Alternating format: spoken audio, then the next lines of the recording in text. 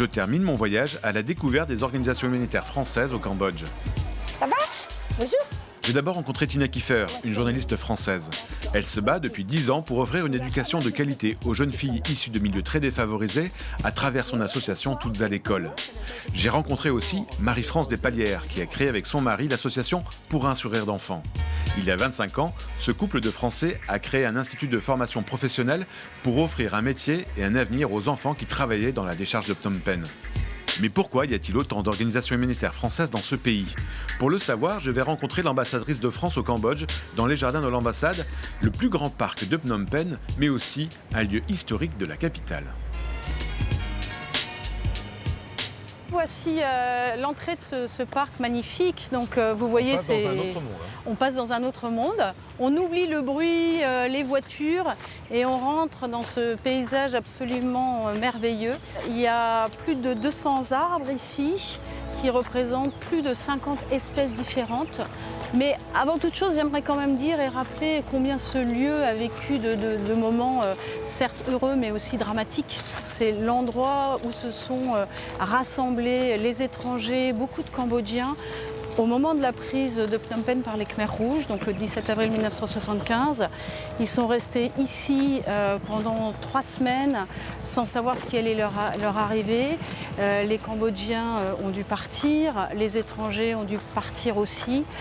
C'est vraiment un lieu de mémoire. Et donc il y a un endroit particulièrement, quelque chose qui symbolise cette histoire? Absolument, on a donc le portail, c'est en fait le portail, la porte qui était à l'entrée de l'ambassade en avril 75. On a une des parties de ce portail qui est conservée ici dans ce parc. Donc c'est vraiment une des pièces les plus symboliques de l'histoire de cette ambassade et aussi de l'histoire du Cambodge. Je dois dire qu'aujourd'hui, je trouve ça assez symbolique aussi de la fragilité de l'existence humaine, compte tenu du drame qui s'est déroulé au Cambodge et qui est en partie ici. Pourquoi il y a tant d'associations humanitaires françaises ici au Cambodge? Alors c'est vrai qu'il y en a beaucoup d'associations humanitaires françaises ou cambodgiennes ou même d'autres nationalités. Il faut se souvenir aussi que le Cambodge a connu des décennies de guerre, qu'il a connu l'épisode dramatique des Khmers rouges et que lorsque la paix est revenue ici au Cambodge et lorsque le pays s'est réouvert au monde, la communauté internationale a beaucoup investi, s'est beaucoup investi pour aider le Cambodge à se reconstruire. Donc on a eu beaucoup d'ONG qui sont arrivées, beaucoup d'ONG qui se sont créées parce que les besoins dans les années 90 ici étaient immenses et dans tous les secteurs. Est-ce que ces associations jouent un rôle dans la relation entre la France et le Cambodge? Alors il y a beaucoup de Français dans les ONG, soit des ONG françaises, soit des ONG de droit cambodgien, cambodgiennes, mais créées par des Français ou qui emploient des Français. On les trouve dans beaucoup de secteurs, mais en particulier l'éducation aux enfants défavorisés, l'éducation aux jeunes filles.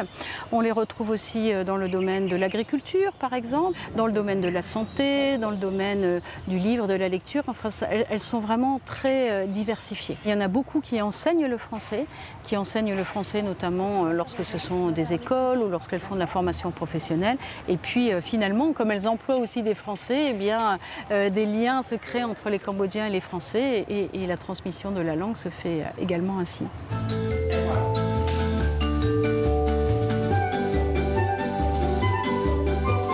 La dernière étape de mon voyage m'amène à Enfants du Mékong, l'une des plus anciennes associations humanitaires françaises installées au Cambodge. J'ai rendez-vous avec Axel, la responsable pédagogique de l'association. Enfants du Mékong. Et Axel qui m'attend. Bonjour Axel. Bonjour Yvan, bienvenue. Ça va?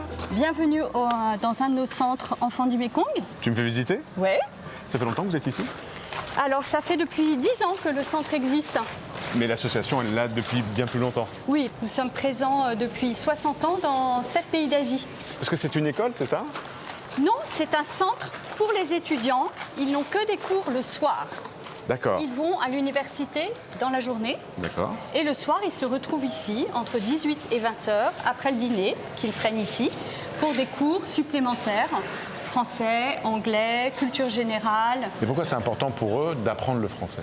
Certains veulent vraiment avoir un très bon niveau en français parce que c'est très utile pour leurs études. Et comment est financée l'association?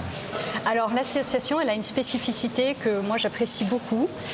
C'est que chaque enfant est parrainé par une famille en France ou ailleurs, une famille francophone.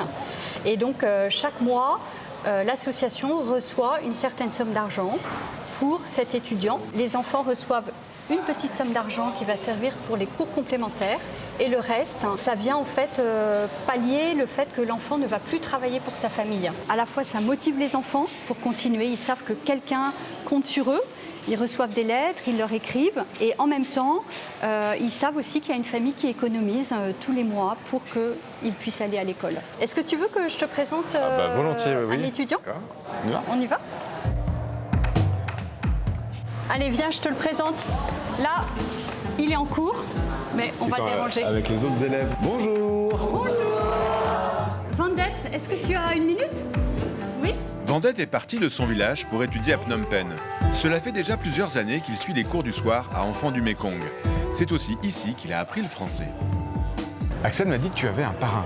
Oui, c'est ça. J'ai un parent qui s'appelle Ivan Bera, qui habite à une petite ville qui s'appelle Pau. Dans le sud-ouest de la France, alors? Oui, regardez, c'est là. C'est lui, Yvan? Oui, c'est lui. C'est ça. Ici, Et sa famille. Sa famille. Pourquoi c'est important pour toi d'avoir un parrain? Parce que avoir un parent, c'est une occasion pour améliorer mon langue. Ton français? Oui, mon français. Et aussi le soutien. Et je lui écris toujours. Et là, je vois, ouais, c'est toi qui as écrit cette lettre? Oui, C'est toi qui as écrit tout en français? oui, tout le temps. Est-ce que tu as l'impression que c'est un peu comme une famille, en fait, une petite partie de famille que tu as en France? Oui, c'est comme ma famille, c'est comme mon père. Est-ce que tu aimerais le rencontrer en France? J'aimerais, oui, en France et aussi au Cambodge.